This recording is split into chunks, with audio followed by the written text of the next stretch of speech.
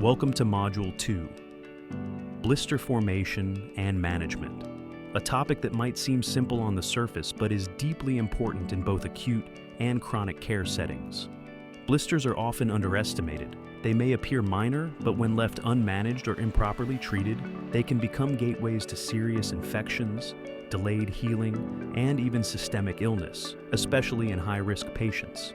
In this module, we'll explore the full story of blisters, what causes them, how to assess them, when to treat them, and most importantly, how to prevent them. Let's dive in and learn how something as small as a blister can have a big impact on patient outcomes.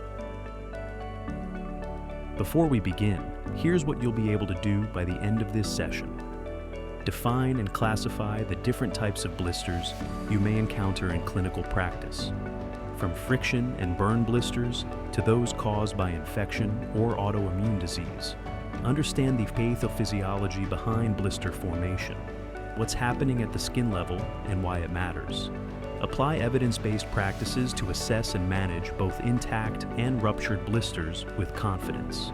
Recognize risk factors that make certain patients more prone to blistering, like peripheral neuropathy, prolonged pressure, or moisture.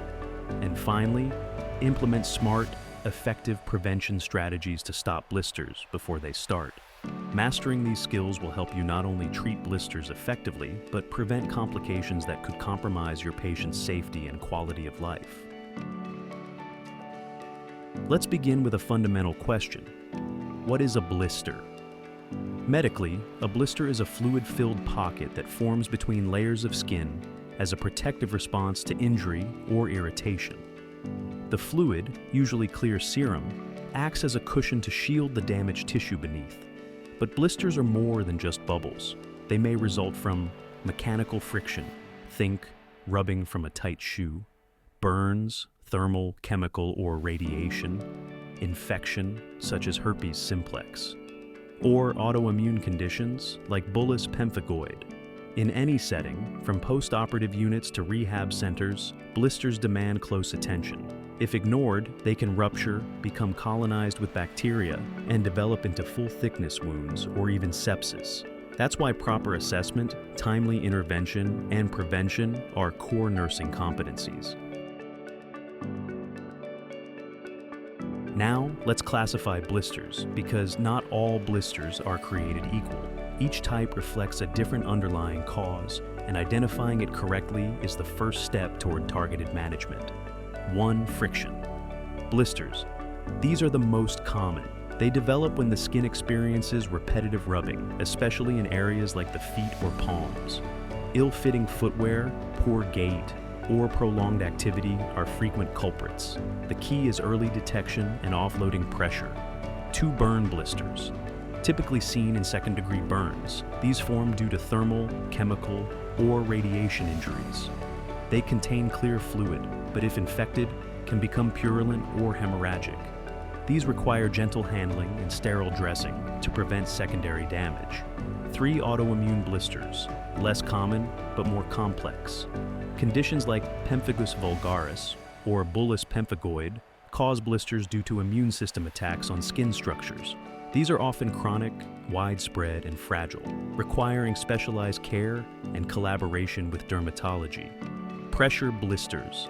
These result from prolonged pressure over bony prominences, such as the heels, sacrum, or elbows, and may signal early-stage pressure injuries.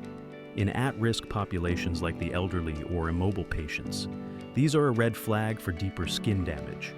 5. Infectious blisters, caused by viral or bacterial pathogens like herpes simplex, varicella zoster, or impetigo. These blisters often cluster, may be painful or itchy, and should be treated promptly to avoid transmission and worsening infection. Recognizing the type of blister helps you tailor your assessment and choose the most effective intervention, preventing complications and supporting recovery. Now, let's talk about risk factors, because when you know what puts a patient at risk, you can stop a blister before it ever forms. Blisters aren't random. They often appear when the skin experiences prolonged stress, moisture, or pressure. Here are some of the most common culprits: poorly fitting footwear, tight shoes, or seams that rub can trigger painful blisters, especially on the feet and heels. Prolonged walking, standing, or ambulation, particularly in warm, moist conditions. Moisture buildup from sweating, incontinence, or damp dressings softens the skin and makes it prone to injury. Lack of pressure redistribution. Patients on bed rest or those in long surgeries need frequent repositioning and offloading devices. Fragile or aging skin, elderly individuals, or those on long-term corticosteroids have reduced skin resilience. Peripheral neuropathy, especially in diabetic patients, where lack of sensation means they won't notice friction or pressure. Immunosuppressed individuals, healing is slower and infections can take hold quickly. Extended surgeries or immobility without offloading, this is a red flag for hospital-acquired pressure blisters. Recognizing and addressing these risk factors early is one of the most effective forms of wound prevention. When you see a blister, take a pause. A careful assessment is your first and best tool in guiding treatment. Here's what to look for. Location. Is it over a pressure point like the heel or sacrum, or in a friction-prone area like the palm or a foot? Size, always measure in centimeters. This helps monitor progression or improvement over time. Tension. Tense, dome-shaped blisters are more painful and prone to rupture. Flaccid ones may already be leaking fluid. Color. Clear fluid suggests minimal trauma. Bloody or purulent fluid may signal deeper tissue injury or infection. Intact or ruptured. An intact blister protects the tissue beneath. A ruptured one becomes an open wound. Surrounding skin. Look for maceration, redness, warmth, swelling, or breakdown. Infection. Signs: increased pain, drainage, odor, or visible cellulitis around the area. Document everything.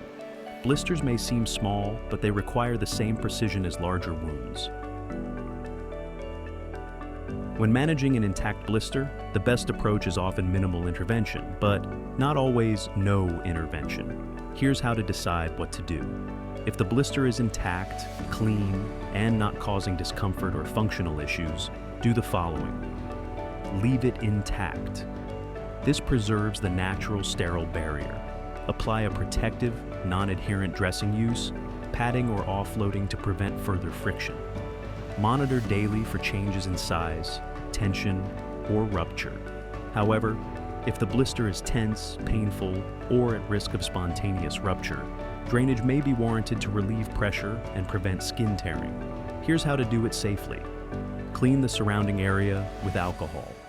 Use a sterile needle to puncture the edge of the blister, not the center. Allow fluid to drain passively, no squeezing. Do not remove the blister roof unless the skin is necrotic or infected, as it protects the wound bed. Cover the area with a non-adherent sterile dressing. Proper drainage, when indicated, minimizes pain and reduces the risk of uncontrolled rupture or infection.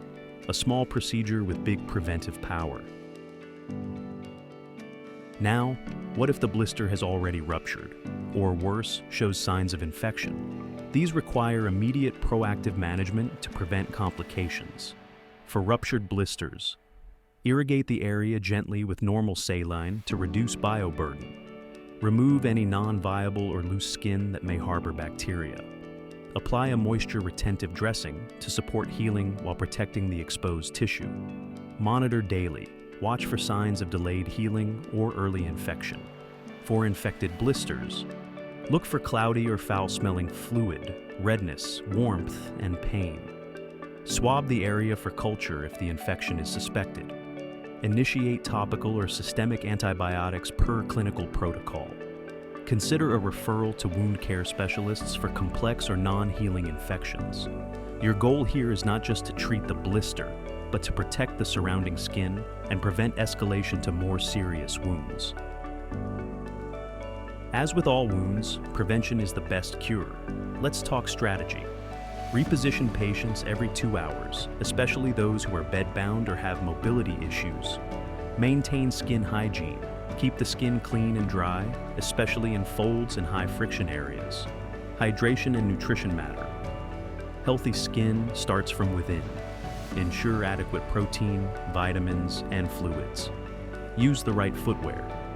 For diabetics, this is non-negotiable. Encourage cushioned, well-fitting shoes and seamless socks. Apply moisture barrier creams to reduce friction and prevent maceration. Use pressure redistributing devices like foam boots, heel lifts, or specialized mattresses. Daily skin checks, particularly for high-risk patients, help catch issues before they escalate. Every action you take today could mean avoiding a serious wound tomorrow. The final, but equally critical step is education. Because empowered patients are safer patients.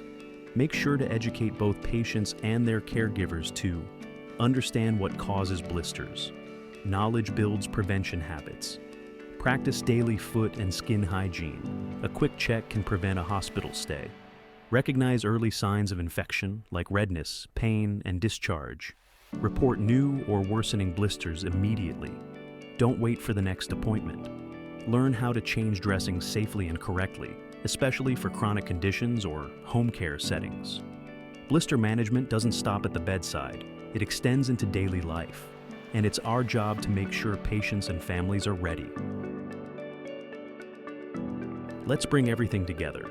Blisters may seem simple on the surface, but when overlooked or mismanaged, they can spiral into serious complications, including chronic wounds and systemic infections. That's why accurate assessment and evidence-based care are not optional, they're essential. Remember, every blister deserves a thoughtful evaluation. Its size, cause, condition, and risk of infection all guide your next step. Prevention isn't passive, it's proactive. With the right footwear, pressure relief, and hygiene strategies, many blisters can be avoided entirely. And when it comes to care, treat blisters with the same clinical diligence you would any other wound. Clear documentation, sterile technique, and ongoing monitoring. Above all, never forget the person behind the blister. Patient-centered care, that means education, empathy, and empowerment, is the true foundation of successful blister management. Thank you for your attention and your commitment. Let's carry this knowledge forward to improve outcomes, one patient at a time.